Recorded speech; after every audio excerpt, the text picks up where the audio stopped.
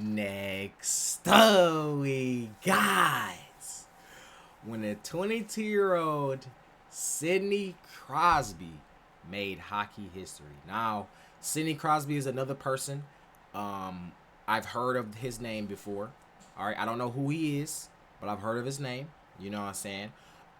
So I told y'all it is now off season, even though we hate the off season because we no more hockey. But it's the off season, you know what I'm saying? But it's time now to take the time out and learn the game. All right. So let me know in the comments what players y'all want me to react to. We got my boy Hockey Psychology. I wonder if you can be dropping more videos like these. Now I think about it, cause that low key be perfect. But let me know. But yeah, hey, let's just hop into it. Hit that like button, hit that sub button. This is Team USA's Zach Parise, and right now he just stunned an entire nation with a last-minute goal to force the 2010 gold medal game into overtime.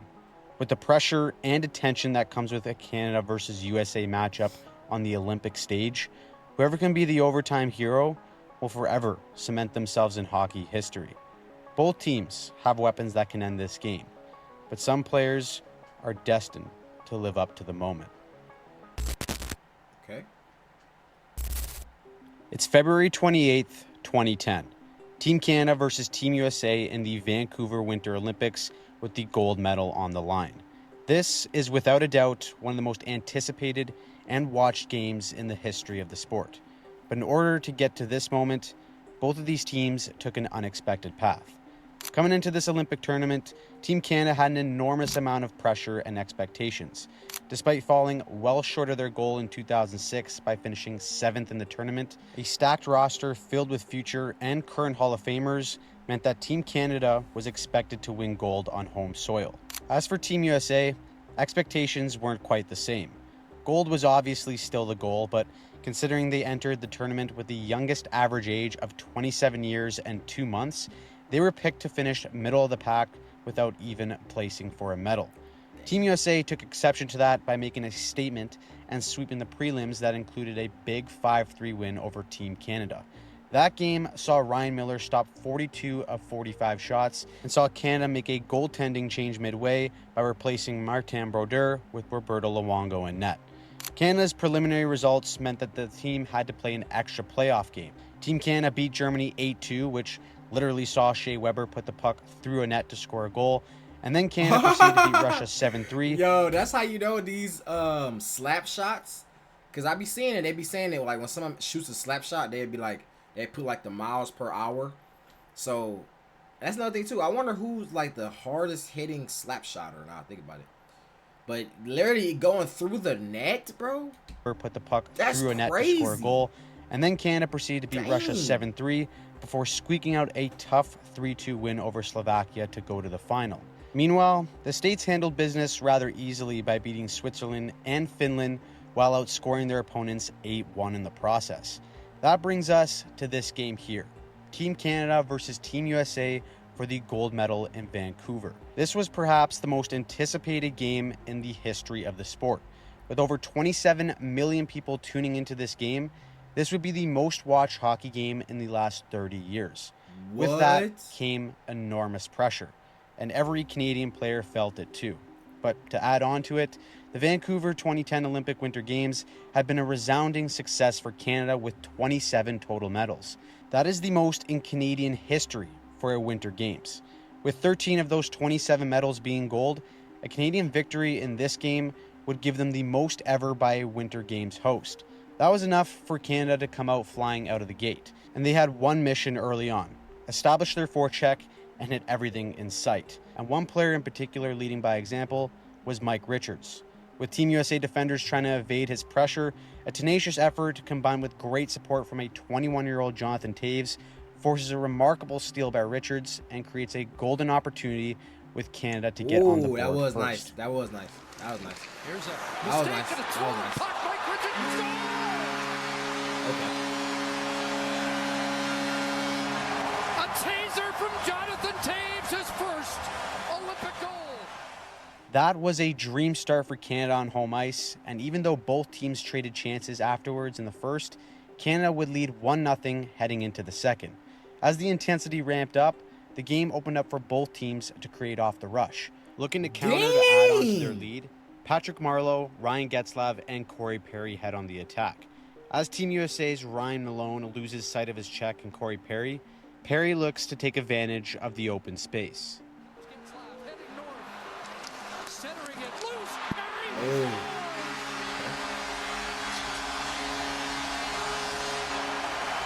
Corey Perry's fourth of the tournament, 2-0 Team Canada. Although Canada is up 2-0 halfway through this game, this match felt far from over.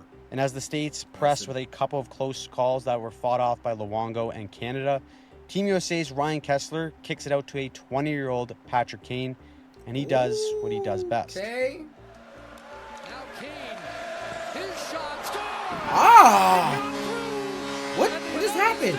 Oh, he tipped it? Just 5 minutes after Canada's second goal, Team USA responded right back with a Ryan Kessler tip-in to just squeak by Roberto Luongo. With the lead now cut to 1, both teams pressed, with the next goal being monumental to the flow of the game. However, in the third period, Canada carried most of the play, getting phenomenal chances to restore their 2-goal lead, but they just couldn't beat the post or a dialed-in Ryan Miller. With time draining on the clock, Team USA couldn't generate a lot of chances, but on the bench, their belief certainly didn't waver. With the goalie pulled and Team USA taking their time out, two notables on the ice in this moment for Team USA is one of the tournament's leading scorer in Zach Parise and a young Patrick Kane, who despite only having 3 points in this tournament, just seems like a player who's made to excel in these big types of moments. With just under 30 seconds left, Team USA is going to swing this puck down low to Joe Pavelski, who wants to funnel this to the net as quickly as possible. With Team Canada's Ryan Getzlav draped all over him, good defensive play actually deflects this puck to none other than Patrick Kane. With both Zach Parise and captain Jamie Langenbrunner crashing the net, Team USA does the unthinkable. What happened? Patrick Kane off his skate, Zach Parise, game tied. The clutch? With 25 seconds on the Okay. clock, Team USA ties the game off the stick of Zach Parise. Yeah, okay. All of Canada feels sick to their stomach and has to endure one of the most anxious intermissions in the history of the sport. Now in the Olympics, overtime in the gold medal game is a 20-minute period of 4-on-4 hockey. Okay. If no one scores, the game is decided by the dreaded and dramatic shootout. Right. With Canada looking for any spark, one of the forward pairs that coach Wait, Mike so my Babcock- question is, because I be hearing, or when we was watching the Game 7, y'all was saying that you can't do shootouts in this, or what is it, the Stanley Cup? You can't do shootouts in the Stanley Cup. Why is that? You would think that would be the time to do it. You know what I mean? I guess they said you could just go into like infinite overtimes, like just keep going. You know what I'm saying? Which is kind of crazy to me. Not gonna lie. But you could do it in the regular season. I don't know, bro. I don't know how I feel about that. I feel like they should do something like they should just do both. Like if it go into overtime, okay. Then if you don't score, if no one scores in the first overtime, maybe do a second OT. If no one scores in the second OT, then do shootout. You know what I'm saying? Because it's like, bro, we ain't go to 5 OTs. We gonna be here all night. We gonna be here till tomorrow, bro. We got motherfucking work tomorrow. All the fans got work, bro. They ain't gonna be time to be dealing with y'all all night. You know what I'm saying? So I feel like they should do like both, to be honest. But shootout in here is crazy, though. I ain't gonna lie. shootout. That's crazy. If no one scores, the game is decided by the dreaded and dramatic shootout. With Canada looking for any spark, one of the forward pairs that coach Mike Babcock leans on heavy is the pair of Jerome McGinley and Sidney Crosby. Up until this point, both of these players have had a ton of success. Jerome McGinley had previously won a gold medal at Salt Lake City in 2002, and he'd been the league's premier power forward for years. Okay. Sidney Crosby, on the other hand, had already won the Hart, the Art Ross, a Ted Lindsay, and a Stanley Cup. At 22, he's widely regarded as the best hockey player in the world, but the only thing missing for him is an Olympic gold medal. And despite having a decent tournament so far, Crosby is still looking for that signature moment. Early in the OT, Crosby and McGinley's line had the best chance, but Miller once again stood tall. By the way Crosby was calling for the puck here, You could tell he was eager to want the game on his stick. And after a Scott Niedermayer giveaway nearly gave every Canadian a heart attack, Canada reloads with Sidney Crosby gearing up for the rush. Trying desperately to play hero, Crosby attempts to go 1-on-4 to break through the U.S. defense, and the bobbled puck slides over to Ryan Miller. He has a choice: cover the puck or steer it into the corner. He opts to do the latter, and Crosby is first to the puck, with Jerome McGinley slipping down low for the cycle option. With Crosby making his way up the boards, he's going to fumble the puck, and it gets temporarily stuck in referee Bill McCreary's skates. With a loose puck just dangling along the wall and Brian Rafalski closing in on Crosby, Crosby throws a quick poke check to get this puck down low to Jerome McGinley. Okay. And before anyone else, the greatest player on the planet recognizes an opening and screams at Iginla for the puck. As he's falling down, Jerome McGinley makes one of the best heads-up passes to find an open Sidney Crosby. Now, all that's left to do is beat one of the hottest goaltenders on the planet on a tough angle. Now, historically, Sidney Crosby has had Ryan Miller's number. There was his famous shootout goal in the first ever Winter Classic. There was this goal earlier in the regular season of that year where Crosby beat him clean. And then there was this preliminary game where Crosby tipped one home.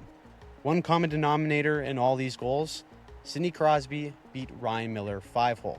Not to mention, in the midst of being in a Rocket Richard season, Crosby has been targeting one area in particular to score more goals: the 5-hole. So, after one of the most entertaining, intense... And this is what I was talking about. I was saying this in the same Game 7.